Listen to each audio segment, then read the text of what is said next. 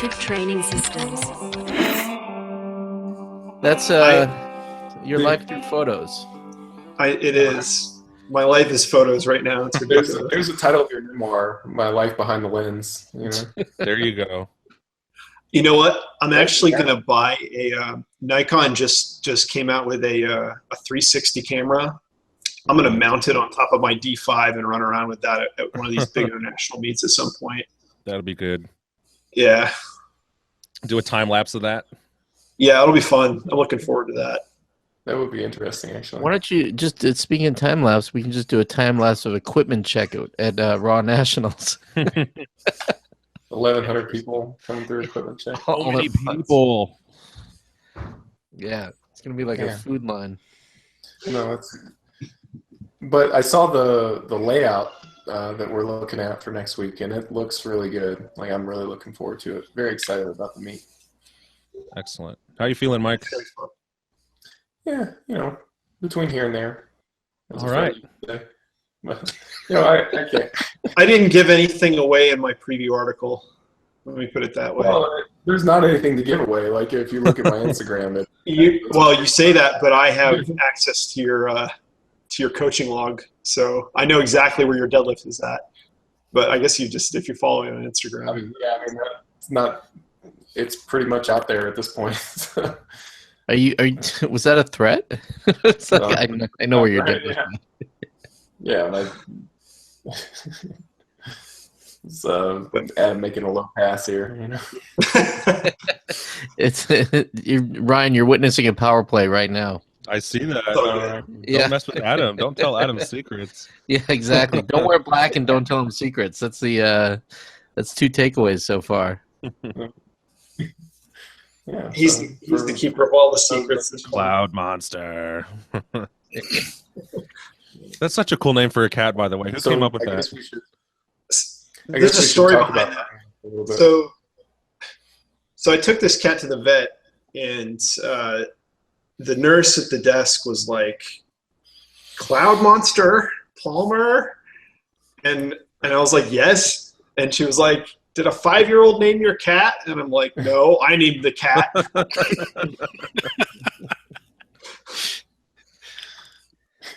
So maybe I do want to hear how that came to pass, but I also want to argue with Ryan a little bit. I think there we go. But yeah, I'm torn. We need to be on track. We also want to hear the story of Cloud Monster. Well, Ryan, I mean, the reason that you're here is so we could have like an epic rap battle, right? Yeah. Yes. Essentially. Wait, I have to rhyme? That's how relationships on the internet work, man. Yeah, totally. Yeah. No, but I should introduce you a little bit for people that don't know. Well, which is everyone. I don't know. You are kind of famous. I don't know about that. Maybe whatever. Go ahead. But for anybody who doesn't know, Ryan's a marketing professional. He lives in Anchorage, Alaska, like we were talking about earlier. He's also the 2013 Junior World Bench Press Champion. He manages all the social media for USAPL. He's a member of the IPF media team. And we were having actually it was a really cool discussion, I thought, about equip lifting and bench shirts and, differences between, training raw, training equipped, but just kind of some differences of opinion, I guess, on how you go about those different things. In particular, like board work. Because I put out a video a while ago saying that I'm not a real big fan of board work when it comes to breaking in bench shirts and stuff like that. And Ryan, you were kind of on the other side of that. Yeah. Do you want to? Sure. I think boards have their place, but I totally get where you're coming from working with the athletes that you do, many of them new and many of them not in aggressive gear, hopefully, if they're new. I think personally, my evolution in the bench shirt, I definitely didn't start in the tight stuff, but I didn't start in an F6 like a lot of people recommended. So having those boards there for me early on did help me figure out exactly how I was progressing in the shirt, and it gave me a goal to reach. And when you're talking specifically about a really, really tight bench shirt, the fact is you're not going to put that thing on and touch the first rep in that period. Yeah, and so in that context, having a board gives you a place to aim for and a place that you need to get to break that shirt in. And, go ahead. I love that you brought up the fact that you're not going to put on a tight shirt, because I just got a katana, a new like a size meat fit katana. And I swear I put the thing on and I'm like, I can't even set up under the freaking bar. Did you put it on yourself? I did. It's not tight. It was hard. I fought it for 20 minutes. I'm going to ask you a couple quick questions here, just for all the raw people out there. You've mentioned an F6. You've mentioned touching, and so, I mean, just let's make an assumption that a lot of people that listening to this are raw lifters. So we're in, there's a part of us that wants to kind of get them to all try out lifting in a shirt, but I don't want them to So what's an F6? So that's a great point to bring up, and I thanks you for keeping me in check, because I forget that, and I want to make this more approachable to people, and a big portion of that is education. So we're talking about the kinds of bench shirts here, and for a raw lifter, to put it in context, you got your slingshot knee sleeves, your SBD knee sleeves, your Titan knee sleeves, your Reband knee sleeves. So basically, Titan produces a line of bench shirts, and there's a few different models that they have. They have the Fury, which was their very first bench shirt. They have the F6, the Katana, and the Super Katana. And as you go up that list, the level of intensity increases. So your Fury is a different material. I could really nerd out here. Tell me if you want me to stop. Like a quick. I don't want to go into the minutiae of things. Like just a quick nerd, but I mean, it's good to know the continuum. And so the F6 was kind of like a starter shirt. Yeah, it's something that most people recommend a lifter starts in. So basically, to those folks who are new to bench shirts, that's a looser, not as aggressive material as you find in the other more advanced bench shirts. And so what's the story with boards? Well, they're yeah, Mike, what's the story? So I just love the way Paul segues into things like that, Totally. So for it. I think every powerlifter is familiar with boards. It's a way to train a partial range of motion similar to what you see on either a rack pull, pulling from blocks, things like that.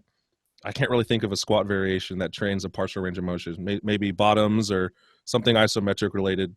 So the boards came about, I believe, number one, to train that partial range of motion. The fact is, when you're in gear, the top portion of the lift is where you struggle, because that's where you get the least amount of help from the gear. So the boards, I think, came about in the idea of developing the strength of your lockout. And for me, it helps that, but more than anything, I use them in the break-in process, because, Mike, I definitely see why you don't want to rely on boards. And remember, this is a person-by-person case. The people who use board presses solely and then go to a meet and can't touch their chest, that is the absolute worst thing you could possibly do. The boards are a means to an end. Yeah. Yeah, I mean, I would agree with that. I mean, there are lots of tools that we have out there, right? And if you see the strengths and understand the strengths and weaknesses of the tool and you can appropriately apply it, then yeah, cool. I think my position is that, from a standpoint of breaking in a bench shirt, like, I'm bringing the bar down as far as I can, and if it touches, that's ideal. If it doesn't touch, then it wasn't going to touch anyway, I'm bringing it in as far as I can. So having a board in the way will either get in the way of bringing it down a little lower, or I won't touch it anyway, Right. I definitely see that getting in the way of bringing it lower is a bad thing. But there's also a portion to equip bench press training that's really important, and the boards allow you to do it, and that's overload training. Handling, there's going to be a point in your training where you're just going to have to handle some heavy ass weight that's going to make your eyes pop out of your head. End of story. And the boards allow you to do that. So you're talking about basically training a partial range of motion So like a 3 board or even a 4 board, something that's pretty high up there. It's not really that you have an issue touching the board, but the idea is to put a really heavy weight in your hand, right? Right, and it's gonna, rather than just holding it, you're gonna be able to take it down, and then press it back up. Yeah. See, I include a lot of that stuff with raw lifting as well. Like I know that there are a lot of raw coaches that disagree with the notion of overload training, but yep. I've seen a lot of benefits to it, to be honest. So we'll use board presses and pin presses, stuff like that in a raw context as well. So I mean, I totally get it in that respect. Oh, then we're in agreement. And really, you were really you were just saying, I get it. Yeah, we totally agree. Totally. Well, look at Jen Thompson. Look at Jen Thompson. She does tons of overload training. Yeah, I mean, let's not forget she's an outlier. She is truly a freak of nature. That's a fair assessment too. Like there are a lot of people. I mean, there's examples on both sides of like top shelf guys. Like just today I went up to Denver and I was training with Bryce Lewis. He doesn't do overload work, yet he's one of the strongest raw 105s out there. Dude's so strong. No, like he trains the comp lifts. He does some accessory work, but like in season, the bulk of his training is comp lifts, And I know that's kind of a lot of raw lifters train that way. So I mean, it can't be wrong. I mean, if it was totally wrong, then you wouldn't have examples like that. But the other way isn't wrong either. So it kind of comes back to this. The tool sort of thing. Mm-hmm. Is there a difference, if I were training in a shirt, difference between training with a board or doing a pin press? Pin press raw, you mean? No, in a shirt. Can you do a pin press in a shirt? Well, I'm asking, just kind of, I'm being the raw lifter. Can I if I were in a shirt? Is it the same thing to do a pin press? Say I don't have boards. Am I not considered a gear lifter if I don't have boards? Or no, that's not true at all. I think I get what you're saying, but I mean, like, would a pin press be a good substitute, or is it an equivalent? So a pin press, the bar's on the pins. You're gonna have to get your hands under the bar. So the bar is going to be lower, and if your shirt's too tight, you're simply not going to be able to get your hands. Or you can adjust where the from there. Pins go. Pins are adjustable height, so you can theoretically set the pins to like a 2-board height or something. Paulie, I don't think you're not referring to starting from the bottom, right? You're talking about taking it out of the rack and lowering it to pins rather than lowering it to board. Oh, okay. Thanks, Mike. Because I was imagining like. Oh, no. I've never worn a shirt that would allow me to do that. You're just going to pull your arms back without any weight on and just, push the thing up. No big deal. I think your shirt's not tight enough. Then your shirt's not tight enough. I think that would work, but the one thing I've discovered with board work, and let me see if I can paint a picture for you guys, because I was a guy at one point where I was relying on the boards and it made me weak. And I finally figured it out, so I did a lot more variation of my training, and that helped. But I realized that a big reason why I was unsuccessful in touching my chest, because when you lay the board on your chest, your groove is way different than when you're trying to touch your chest, because you're trying to touch a 2-board. Okay, the goal is not to touch a 2-board. The goal is to touch your chest. So one thing I figured out is if you have your board holder, hold it way lower, you're going to end up tucking your elbows and putting that bar in a groove as if you were going to touch your chest. And then you end up touching the 2-board and pressing from there. But a lot of problems people run into in gear is they put a 2-board on their chest, and their groove is to touch a 2-board. That's nothing like touching your chest. Does that make sense? You got to act. So like pretend the board's not there, and then hit a board, right? Mm-hmm. So there's still a big specificity component to it as well. Right. And depending on how long your arms are, a 2-board for me is basically my arms are parallel, if not a little bit lower, because of how long my arms are. But for someone like I train with, like Natalie Hansen, a 2-board is basically her unlocking her elbows and then locking them back out, Right. It's mid-range or higher, right? Exactly. It's a total lockout for her. And, I would need something like a 6 or 7 board to have that kind of effect. This is like a stack of lumber, a cord of wood. Yeah. And one thing that's important to remember is everyone's a different case, and it's up to the coach to assess, is this person going to benefit from boards? No, then why would you do them?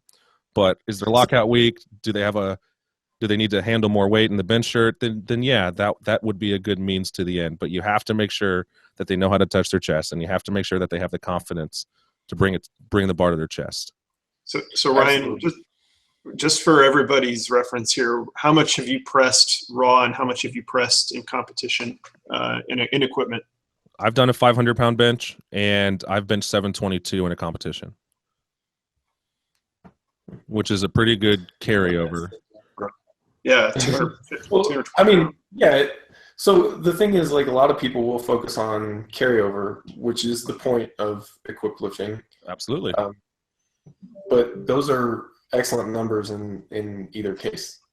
Yeah. Well, thank you. And I think people see the carryover, and that's why people talk bad about equipped lifting is, wow, he lifts that much more and adds that much to his total. He's a cheater. I'm not even going to consider this real lifting. When in reality, we've all been in gear and we all know that it is nothing like that. And all of the different challenges that are involved with gear make it exponentially, in my opinion, exponentially harder. But you can't compare the two. It's a totally different sport. Yeah, it is, and I think that's the best lens to look at it from. You know, having done both myself as well. Mm-hmm. You know, it's like if I think of them as different. You know, like maybe the difference between running 100 meters and running 800 meters. Like, yeah, it's both running, but they're very different. Different skill sets involved. Specialization, exactly. That's a great analogy. It's just different skill sets involved, and you can do both. You can appreciate both to some extent. There's carryover between them, but not they're not identical. Right? Aren't we all friends? Can't we just hug? We are. We'll get Mark into a shirt, a squat suit yet. Yeah. So that's a question. There is Mark has been threatening to promise to get into a bench shirt for a while now. Have you gotten into one yet, Mark? No, I'm still a equipped virgin. We got to change that. Equipment virgin. Yeah, it's like Pringles. Once you pop, the fun don't stop. So how are we gonna get Mark into a shirt after Raw Nationals? Mark, you ready to get into a shirt? How Sure. about at Raw Nationals? I'll help you. At Raw Nationals, go out for your squat in a shirt. Oh, I didn't say that. Something. And honestly, I think that's a part of that is we need more exposure. We need more exposure to the other side of powerlifting, to the origins of powerlifting in a way. I agree. And I ask myself, and I live up here and Larry's here, and we have these conversations and we kind of scratch our head. It's like, how do we make that accessible to people? How do we educate them? How do we make it approachable? And we had this idea. Let me just share this with you guys. I don't think it's happening just because of the nature of Raw Nationals and how busy and crazy it is. This may be happening at the American Open, is having a free clinic with a ton of free gear for people to try on and check out. So at Canadian Nationals is February. They actually did that. They did something similar to that. They didn't have any equipment to try on, but they did do a seminar. And I don't think Adam Ramsey was there, but Adam Ramsey competed at that meet in equipment, and it was one of the most impressive things I'd ever seen. But they did spend a lot of time afterwards talking about it, and I was just blown away. I was like, man, I got to try this. Heck yeah. It's got its perks and it's got its downsides. I don't want to scare people away, so I'm not going to talk about the downsides, but it's great and fun all the time. In fact, I bought my first Fury shirt there, like at that meet. It was funny. I was just like, and then we tried it on there too. I was just like, so you bought a Fury and you have a katana now, right?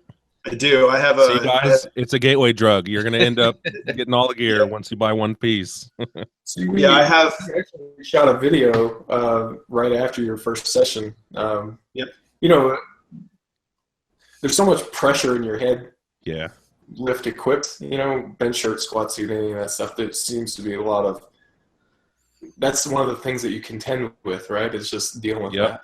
Yep. And it's exhausting, like which is cool in a way. Like it's a thing that you get used to and grow to appreciate, like being sore after a workout or something like that. Like a lot of people enjoy that to some extent, But I remember we were up in Canada and Adam had his first bench shirt workout and he was just kind of zoned out.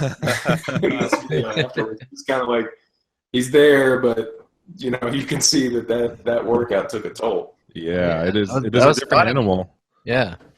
Well, and we're not even talking about crazy weights. And I've had workouts or training sessions since then that have been, way more self-crushing. And I think it's funny. We've talked about this offline a little bit, that, it's one thing to be tired from a training session, a raw training session. But when you're handling 150, 200 pounds over your raw max for reps, that is just soul crushing in a whole other dimension.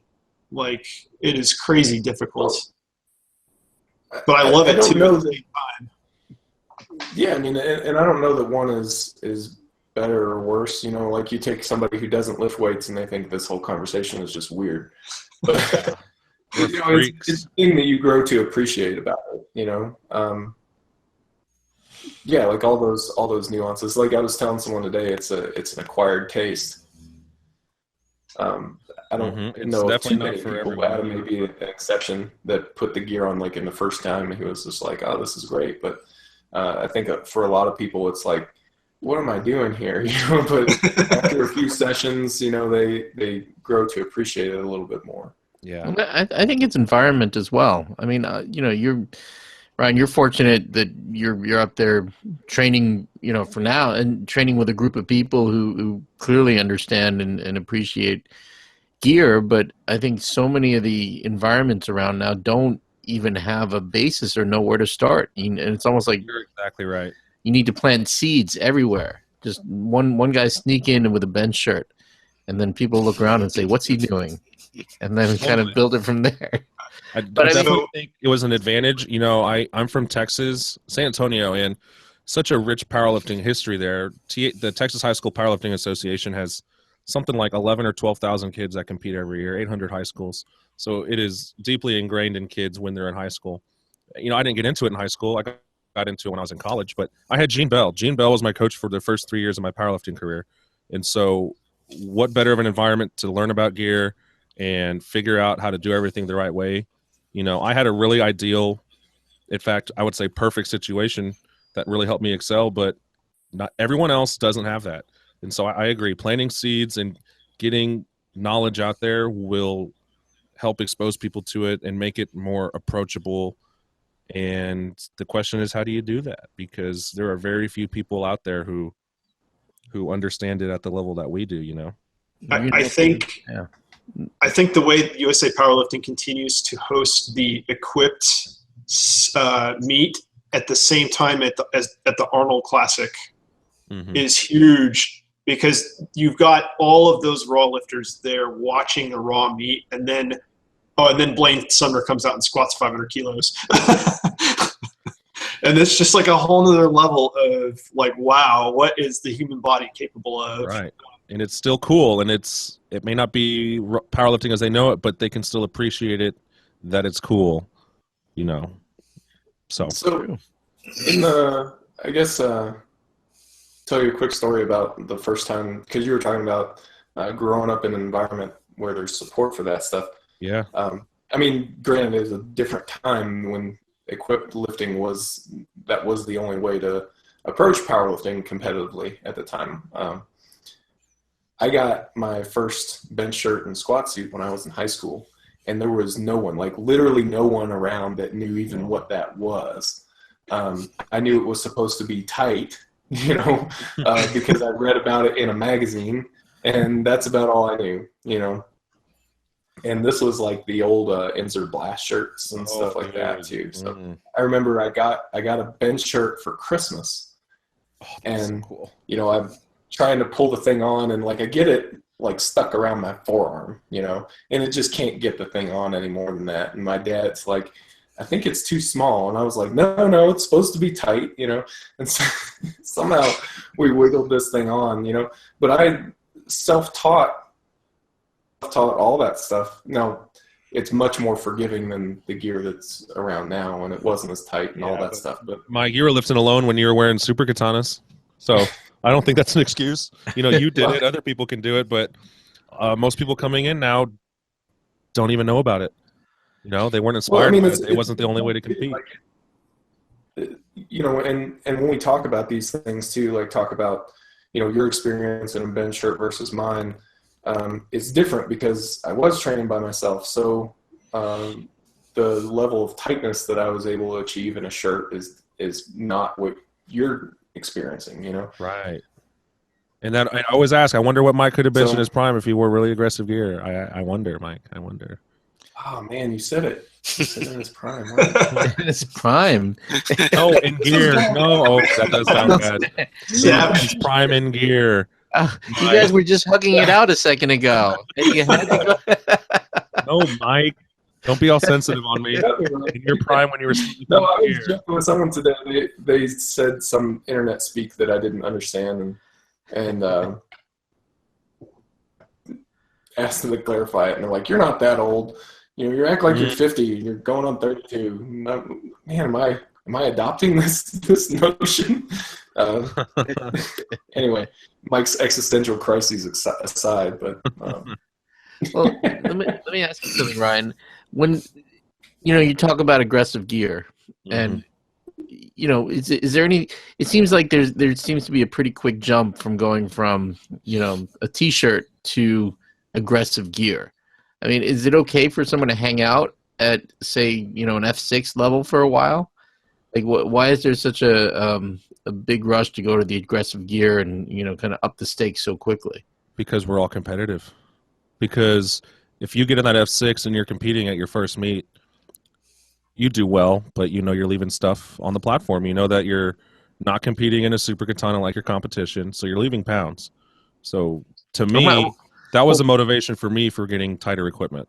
Right. I want to compete. What about a novice? What about a dead novice who needs they have the understanding? If they have that understanding, which not every novice does, a lot of novices are in a big rush and they want to, they want to make me like Mike kind of thing. And I rushed through it, and I could. Y'all see me kissing ass there to make up for what I said.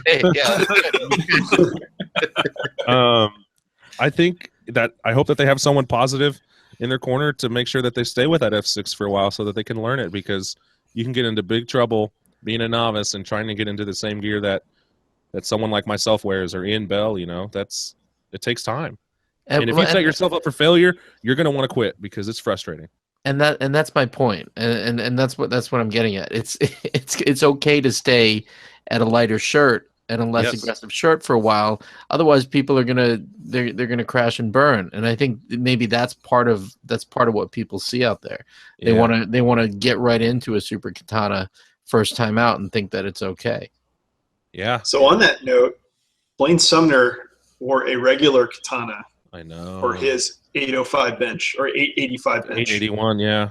Blaine is a true master of the gear. I'm going to say it. He's a gear whore. This is a PG-13 thing, right? He has figured out the ins and outs, and he does some other things to his shirt that he's figured things out, and not to mention that really big arch he gets.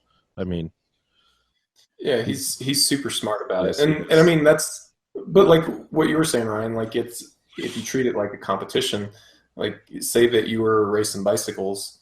You don't show up to a bicycle race with your 10 speed. Like there's an equipped aspect of it. Obviously, it's equipped lifting that goes into this. That you try to maximize that aspect of your game as well. Right.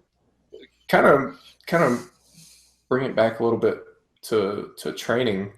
What are some differences that you've noticed between for a raw competition versus training for an equipped competition? That's a good question. I think I can use Natalie as an example because I've trained around her for so long, and I've also seen her transition from raw to equipped powerlifting, and she's been successful in both. and I've also been around other people, but we can pick her and look at her because your question applies there. And so her raw training, a lot more volume, a lot more frequency. And when you get into gear, you just can't do that. It wears you out too quick. Your intensity is a lot higher in gear, just the nature of either needing the weight to get down in your squat suit or your bench shirt, or it allows you to lift more, so you're able to handle higher intensities. But you're not going to see, at least in most people, the same amount of volume that you do in a raw training cycle as you do in a geared training cycle. Yeah. And that stands across the board for the most part until you get to you look at Priscilla, but again, she's such an outlier. I wouldn't even bother to apply what works for her to everyone exactly, just because I've seen this woman squat. I mean, what she squat 530 today in Estonia for a new Masters World Record. Okay, I've seen her do a set of 4 with that. So not everyone can lift that intensive weight for that high a volume. She's a monster. But Mike, I'm not sure how you trained exactly when you were in gear. I don't know if it was high volume, high intensity, but I think just the nature of the equipment, your intensity and your volume isn't going to be high simultaneously. Right, and I mean that's another thing. That's one of the things that pops up in my mind when I think about the differences is as much volume per session, and you can't handle as much frequency. Part of it's the load, but also part of it's just your skin. Like the stuff, the equipment isn't about it stretching and you get an elastic rebound from this it. This isn't satin we're talking about like Ace Bandage or something. Like when you just hold it and feel it, it's very stiff, and so you put a bench shirt on, and that's abrasive on your skin, on your arms and shoulders and stuff like that. So I think to kind of put yourself through that multiple times a week is not real sustainable. No. If it's got any degree of tightness to it. Right. And who wants to do that? My God. Interestingly, just at Bench Nationals a couple weeks ago, I was talking with some guys, and I'm hearing people are doing to get around that are, like, especially for the bench press, a RAM. So like they'll bench in their shirt once a week, and then they'll use a RAM for other sessions during the week to get kind of a similar feel, a similar pattern. That's interesting. So because they're still lifting maximal weights twice a week. I don't do that. So Jonah Leo has done my programming since I won my world championship, and we use the RAM as a movement similar to the equip bench. So it's just a week we're not equip benching. It's a way to add more intensity and without putting a bench shirt on. That's how we use it. So it's not 700 pounds, but it may be 550 or 560, but you're still getting the stimulus without killing yourself.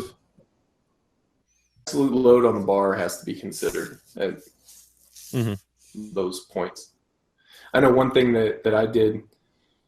So I attempted a run up to Equip Nationals. It didn't happen this year, but I've been training more equipped lifters. One thing that we've been doing is we try to do the squat and bench training on the same day if we can, if there's time for that. The volumes aren't that high. Actually, it tends to be a pretty fun workout because I'm in the gym for 2.5 hours anyway, but I only do like 8 working sets while I'm in there, so it's pretty fun. You handle a lot of weight. It's not, a punishing pace or anything. It's tiring, but in a different way. Yeah, that does sound so fun. That's one thing that we've been.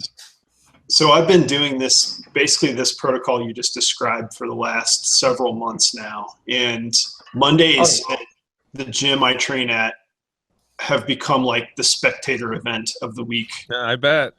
It's ridiculous. Like I go from squatting like 550 to benching 405, and it's just like at some point there's a crowd of people like watching me, and I'm just are you doing this at the Pentagon? Yes, I am. I wasn't going to say that, but I am training at the Pentagon. So you got some 4-star generals around you, just jaws on the floor. Well, nobody's in uniform there, so I don't know who's who. Oh, okay. But it's interesting. Important people. So One thing I wanted to ask about, you guys, a minute ago, we're talking about using the RAM in training to sort of simulate a bench shirt. Yeah. And there was no mention of a slingshot, which I thought was kind of interesting, because most of the time, you know, when you're talking about whatever those devices, you know, are generally called, people talk about a slingshot. Do you notice a difference between the two as far as, you know, correlating to or helping your bench, your shirted bench, equipped bench? That's a good question. Brian, so I'm sponsored by Titan. I have never worn a slingshot in my life. I do know that slingshot makes a few varying levels of type of slingshot. But to answer your question specifically, you can wear these things in a different way to benefit you in a different way. So you can wear the RAM or the slingshot down low across your elbows, and that's going to mimic the groove of a bench shirt. You're going to have to tuck your elbows. You're going to have to take the bar pretty low to touch that way. And that's how I wear mine, because it mimics the groove of a bench shirt. Another way you can do it is you can slide those sleeves up your upper arm, and that's going to require more of your triceps at the top end, and it's going to be more of a raw groove. Does that make sense? Yeah, it does. That's interesting. So kind of the other side, I guess I'm the other side of that coin, because I have used the slingshot quite a bit, but I've not used a RAM. However, today, luckily enough, when I was up at Bryce's place, I tried on, he had a super RAM there, and I'd never tried it on before, so I tried it on, and it feels a lot like a bench shirt, like same feel. Whereas I don't think I would want to use that for my raw training, because I think it would be too much. You know, like there's kind of a limit to the usefulness of overload work. It's useful, but it's not going to add 50 pounds to your bench. I think there's kind of a sweet spot. You know, if you're more of a raw lifter, you need something that if you're looking for that overload work, then you need something that helps you but doesn't really alter what you're doing. Whereas if you're trying to mimic a bench shirt, then obviously you want it to mimic a bench shirt. Yeah, I agree. Mark, what do you use in your training? Well, I've got a super RAM that, you know, I didn't know anything from anything years ago when I bought the thing. I just thought, oh yeah, that, you know, that's a cool thing to, I mean, I didn't know the differences. Cool, yeah. And actually it was before the slingshots even came out, I believe. So this is a while back. But anyway, and I definitely, for all the raw lifters listening, I agree with Mike. You don't need a super RAM.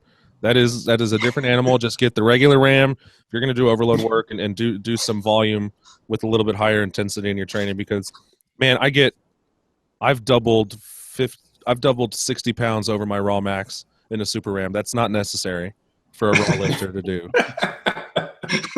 That's ridiculous. I jacked the hell out of that sumbitch, let me tell you. You get an extra small too.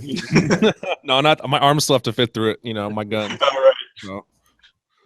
I'd say that my experience with the slingshot is that it's just a slightly looser material, like than the RAM. I think it really is more for raw lifters.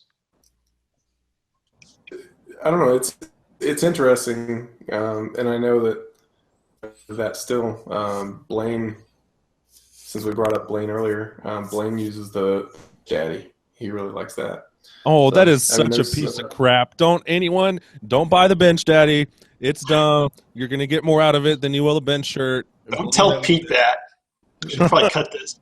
I'm just saying there's a smorgasbord of options available. There is. Bench Daddy isn't Pete's thing. Bench Daddy is this guy named Mike's thing. Not our No, I know. That's what I'm saying. Oh, Blaine's a Titan athlete. Oh, right. He probably just plays in it. You know, he doesn't.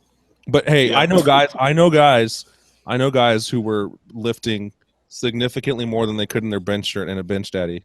That's ridiculous. Really? What the hell? Yeah, man. Like someone doing 600 for 3 when their best equipped bench is like 540. Wow. That's ridiculous. It's silly. That's pretty. I kind of want to try it now. Yeah, right. See what I've done. Well, I think we're past our time limit, fellas. But Ryan, thanks a lot for hanging out, chatting equip lifting with us. Yeah, man. Thanks for including me. Yeah. it's because we start off with a question like, well, what do we disagree on? But it turns out that, maybe not. I don't know. It gets kind of annoying when everybody's like, I totally agree with everything, but we're at least closer than what we thought originally. So that's cool. Yeah, and I think things like this are good for equip lifting. Paulie's talking about making things more accessible, and I think this is one way for guys like you, Mike, to talk about it and just bring it out for all your listeners to learn about. So in the future, if you ever need someone to come and talk about powerlifting history or equip powerlifting, I can be your guy. That's cool. Awesome, man. Well, yeah, that would be cool. Hopefully we'll have you back on. That'd be a lot of fun. And I guess I'll see you guys all in Atlanta next week, huh? Yeah, like 5 Yes, days. sir. Well, so I was going to kind of switch gears on that a little bit. So we've been like equipped the whole time, but we're going to Raw Nationals next week. Yeah. So that's a thing. A booth down there, which is our first year having a booth. I'm pretty excited about that. I know me and Adam and I guess everybody have put a lot of work into this. Plus, we're running a team. We've got the team competition. I'm lifting. So Paulie's coaching, Mark is coaching and lifting, and Adam, I don't know what you're doing. Are you doing anything? I think you're doing everything. I'm coaching. I'm not lifting, but I'm shooting photos. I'll probably be commentating at some point. It's going to be crazy. So you'll be pretty free. You'll have a lot of free time down there. That's cute. It's only 4 days. Oh man, it is. But it's a sprint, not a marathon like IPF Worlds, man. Like, it's going to be nuts.